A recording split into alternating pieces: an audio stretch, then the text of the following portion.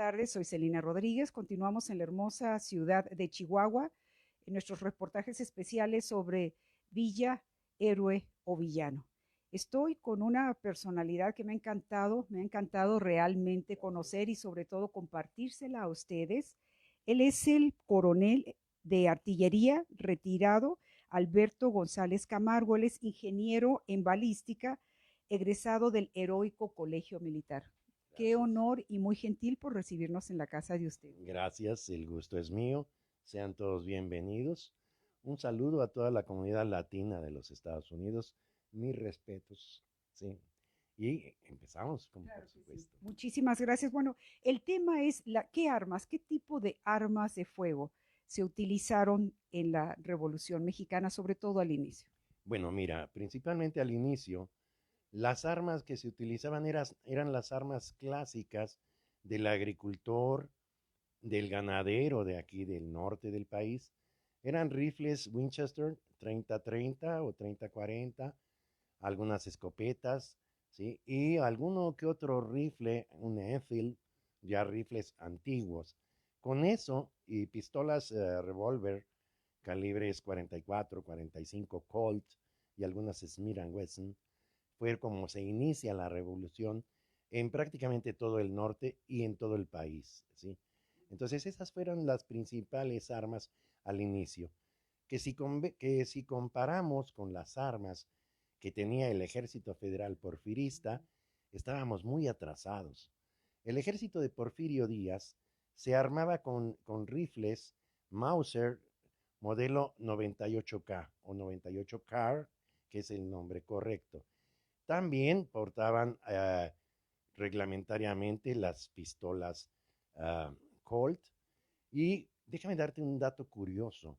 George Luger, inventor de las pistolas Luger, dedicó 200 pistolas, únicamente 200 pistolas, para el ejército mexicano y se lee ejército mexicano en el lado izquierdo del pistolín. Son rarísimas, se conocen solamente 5 a nivel mundial. Son una riqueza esas armas. Pero estábamos en desventaja total contra, sobre todo en distancias, contra lo que era el ejército federal. Y ¿Sí? sobre todo también, bueno, no solamente el armamento, sino que eran personas que no estaban entrenadas militarmente, que no sabían manejar las armas, me imagino, ¿no?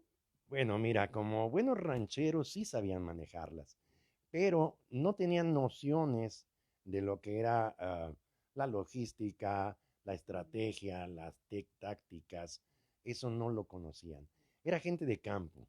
Y en el caso, por ejemplo, de Francisco Villa, más que gente de campo, él había sido un bandolero en sus inicios, ¿sí? Entonces, uh, realmente sí sabía mucho de armas, tenía una puntería súper precisa y casi toda la gente que lo acompañaba conocía mucho de armas, pero no conocían de estrategia militar. Sí, sí. Sí, precisamente era siguiente aspecto, o sea, bueno, su ejército, entre comillas, no conocía de estrategia militar, pero se dice inclusive, y al conversar con el coronel, si acabas de sintonizarme, él es el coronel Alberto González, él es egresado del Heroico Colegio Militar de México, obviamente, es ingeniero en balística y su aspecto, entre muchos, investigación sobre la Revolución Mexicana, es una eminencia y créanme que es un banquete conversar con usted y compartirlo con ustedes. El aspecto de militar, de la estrategia militar, que ellos no tenían, eran rancheros que, bueno, manejaban las armas, pero no había una estrategia militar y enfrentarse con un ejército poderosamente armado que sí estaba entrenado por su papel, pues esto los ponía en muchísima desventaja, ¿no? En muchas desventajas, incluso las primeras batallas de Francisco Villa fueron pequeñas derrotas todas ellas, ¿no? Villa era un buen estratega, pero vamos a decir nato, nunca había estudiado nada de eso, ¿no? Entonces, a su buen saber y entender, combatía al ejército como mejor se le ocurría, ¿sí? Pero no había en ese momento en las filas revolucionarias verdaderos militares que apoyaran el movimiento. Esto viene a ser un poco tiempo después, ¿sí? Uh-huh. Sí, Entre ellos podríamos mencionar, por ejemplo, al general Felipe Ángeles, ¿sí? Precisamente cuando preparábamos esta entrevista para ustedes, usted señaló algo que se me hizo muy interesante, que Villa conocía perfectamente el terreno, ¿no? Del estado de Chihuahua y de Toda la Durango, geografía ¿correcto? del norte de Del Durango. norte. Del norte de Durango y el estado de Chihuahua, conocía perfectamente la geografía. Podemos decir que, sin exagerar, que la conocía casi como la palma de su mano. Sabía muy bien en qué cuevas ocultarse, esto debido a su vida de bandolero, ¿sí? Que anduvo en la sierra y que conocía perfectamente bien todo el lugar donde podía él, en un momento dado, ocultarse de las autoridades, sacarle la vuelta a la acordada, o bien a los rurales, o al mismo ejército, ¿no? Entonces, era un hombre que conocía extraordinariamente bien el terreno que estaba pisando. Y eso le ayudó mucho y sorprendió mucho a sus enemigos. Villa, en algunos libros podrás leer que hubo personas, ¿sí?, que decían, preguntaba el ejército federal y aún los norteamericanos durante la expedición punitiva, ¿dónde está Villa? Y la respuesta era, Villa está en todos lados y en ninguna parte. Porque una vez que él decidía esconderse, no había quien lo encontrara. ¿Sí? Sabía muy bien el terreno. Sin embargo, él no conocía de estrategia militar y usted indicaba como más bien quienes le rodearon, como el general Felipe Ángeles, que estamos celebrando su centenario de su Sí, precisamente. fusilamiento, era el gran estratega militar y vale la pena mencionarlo, ¿no? Claro. Mira, es muy interesante. Estamos hablando de la segunda parte, cuando Ángeles se agrega por órdenes de don Venustiano Carranza a la División del Norte. Ya estamos hablando de 1913, la segunda parte de la Revolución Mexicana. Como recordaremos, en mayo de 1911 se firman los tratados de Ciudad Juárez, se va don Porfirio, ¿sí? Y empieza vamos a decir, la época maderista. Después de la decena trágica con la cobarde traición de don Victoriano Huerta, ¿sí?, y matan a Madero y a Pino Suárez, se levanta el pueblo en armas nuevamente para hacer otra revolución, ya comandados como primer jefe por Venustiano Carranza. Y es ahí, en esos momentos, en 1913, que se agrega a la División del Norte el general Felipe Ángeles. Felipe Ángeles había sido destacadísimo, alumno súper destacado del heroico Colegio Militar, tanto como estratega, como un excelente caballista y sobre todo como un magnífico artillero. Te comento que incluso desde los años de 1910 y hasta fines de la década de 1960, en las principales escuelas militares, y hablo aquí de Saint-Cyr en París, por ejemplo, o en West Point, y en academias militares en México, y en la Academia Militar Comodoro Rivadavia de Argentina, se leían los tratados de artillería de Felipe Ángeles. Era un libro de texto, ¿sí? Fue un hombre muy brillante. Y él llega a la División del Norte y obviamente se le da el título de ingeniero, perdón, de jefe de artilleros de la División del Norte. Entonces, él permanece con la División del Norte hasta prácticamente cuando viene la derrota del Bajío y que Obregón derrota a Pancho Villa, y ahí se da la división de Felipe Ángeles. Pero él, durante todo 1913, 14 y 15, fue el jefe de artillería de la División del Norte, que se movía principalmente en ferrocarril.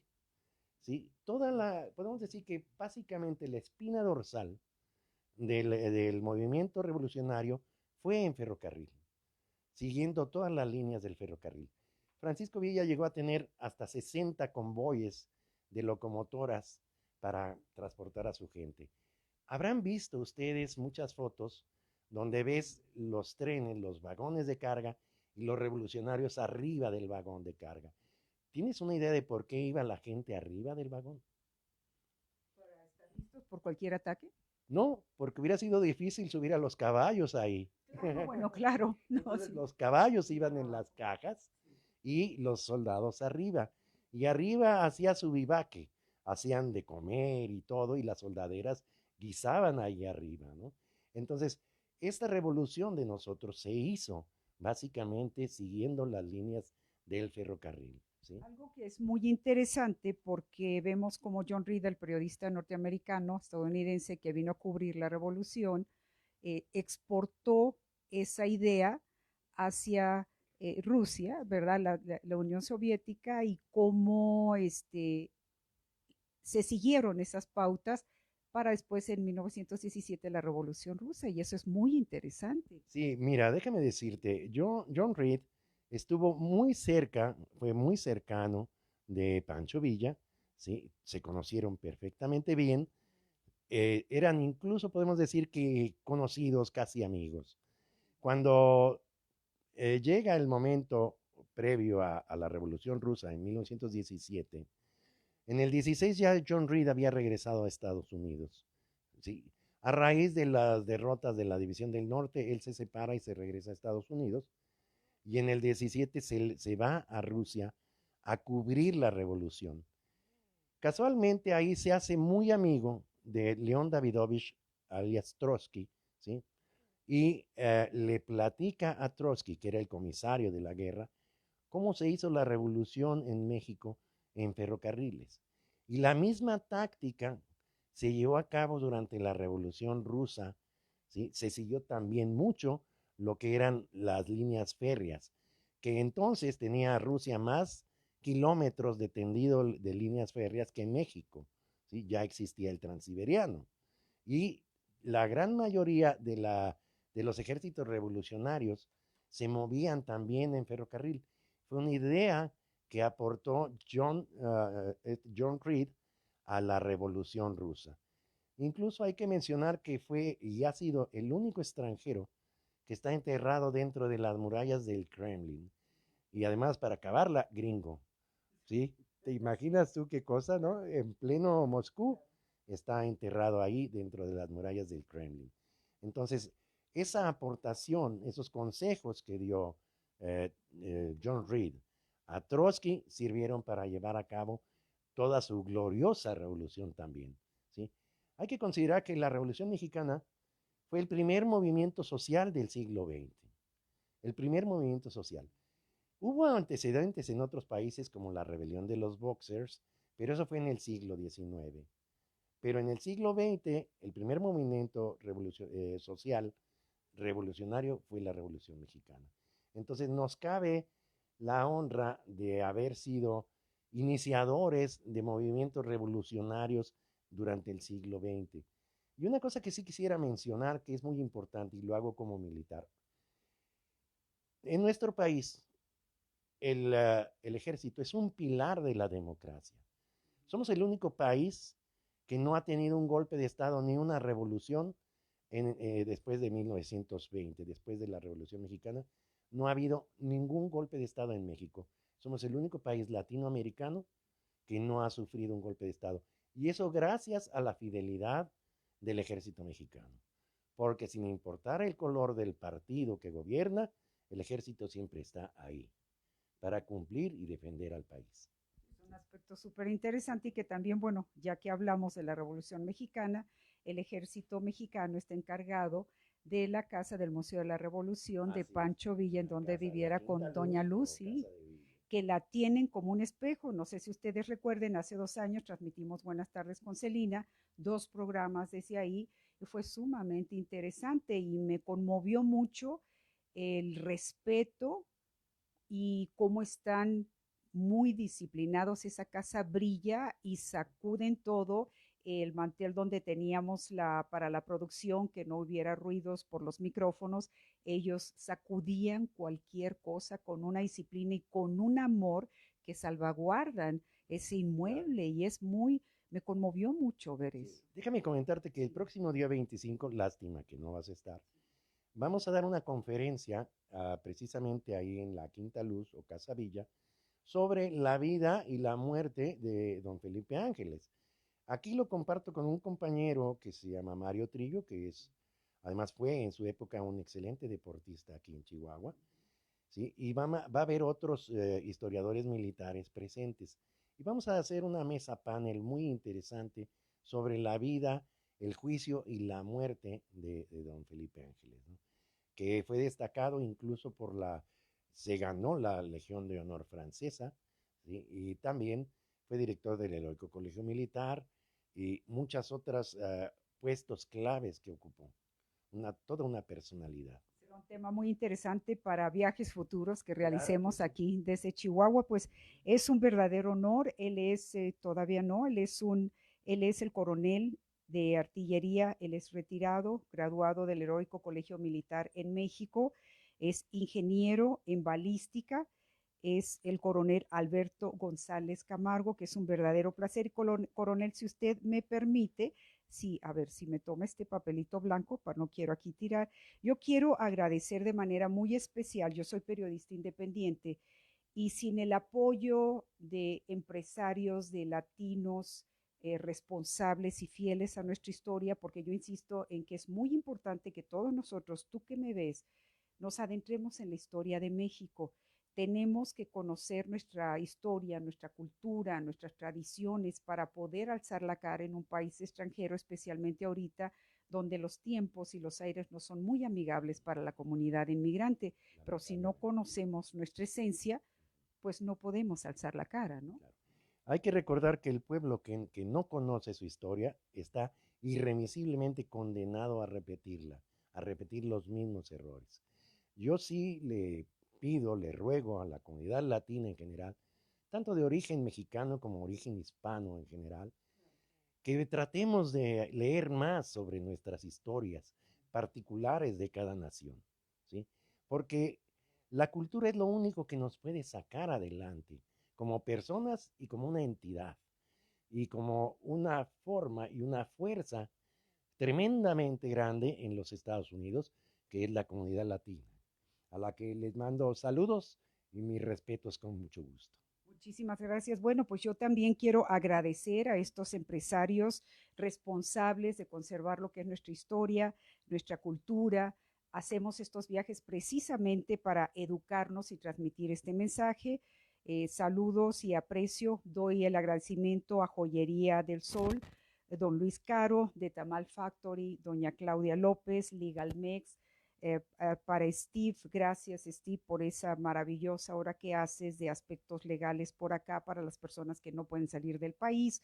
Amistad Dental, la doctora Mojica, Calderón Stiers, Don Chong, como le decimos de cariño, toda una institución en esa materia, Fastax, Cristian Monjares, el Argumedo Garzón, es una firma de abogados en inmigración, Carstar España San José, Miguel Españas y Universum Tours a través de Susi López. Sin ellos, estos viajes pues no serían posibles y sí es muy importante resaltar el apoyo que ellos dan para poder realizar todo esto. Pues muchísimas gracias, coronel, y Fue un esperamos placer. que el próximo año Sí. contar con su presencia o con entrevistas telefónicas aprovechando Claro, con ahora muchísimo todo gusto. esto. Claro que sí, con mucho gusto. Si Dios nos presta vida, esta es su casa. Usted, Celina, si desea pasar mi correo electrónico o mi teléfono para WhatsApp y comunicarnos, sería un placer y tenerlos por aquí. Si vienen por aquí, nosotros les aseguramos que los llevamos a dar un buen paseo en la ciudad, viendo las partes históricas más relevantes. Podemos hacer eso el año que entra. Claro que sí, con muchísimo gusto, Celina. Le Gracias. agradezco todo, ¿eh? Muy gentil, es de su casa.